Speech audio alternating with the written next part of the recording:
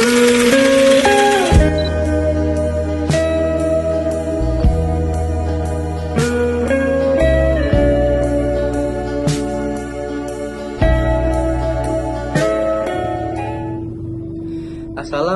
warahmatullahi wabarakatuh. Perkenalkan, nama aku Fahri Ahdan, bisa dipanggil Fahri. Aku berasal dari kelas 11 F1, nomor absen 10. Pada kesempatan kali ini, aku akan menampilkan sebuah video tentang pidato persambahan adat. Selamat menyaksikan. Tak sabui namanya padi rancayo nanyo tumbuh benih nan barisi yo sana makin haruntuh ayanan. Assalamualaikum warahmatullahi wabarakatuh. Puji syukur kita panjatkan kehadiran Allah Subhanahu wa Ta'ala, karena rahmat dan karunia-Nya hari ko kita bersama dapat berkumpul di rumah yang kita cintai ko.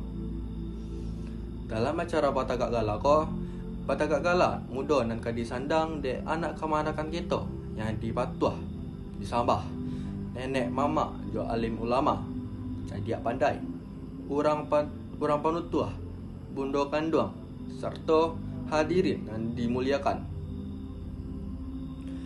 Adat basandi syarak, syarak basandi kitabullah. Syarak mangato, adat memakai. Inyolah nan jadi landasan dalam manapak jalan hidup di tanah Minang nan baradat ko.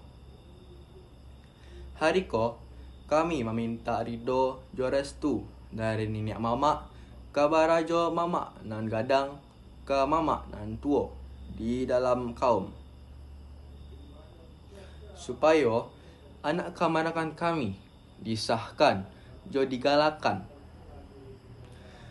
jo gala nan Allah direstui jo mufakat sebagai tanda kedewasaan jo pengakuan dalam adat.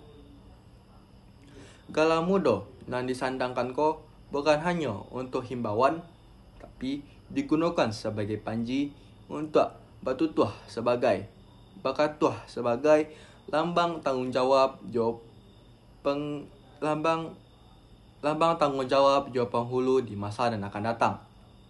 Harapan kami, anak kemanakan nan digalako dapat menjadi orang nan sabana-bana, menjaga marwah kaum, duduk sabaki, tagak sama tinggi. Indak lapu adek hujan, indak lakang dek paneh. Akhir kata, marilah kita doakan sama-sama. Moga-moga gala nan disandangkan ko barokah jo anak keponakan kita, dilindungi Allah dalam menjalankan tanggungjawab inyo. Akhir kata, wassalamualaikum warahmatullahi wabarakatuh.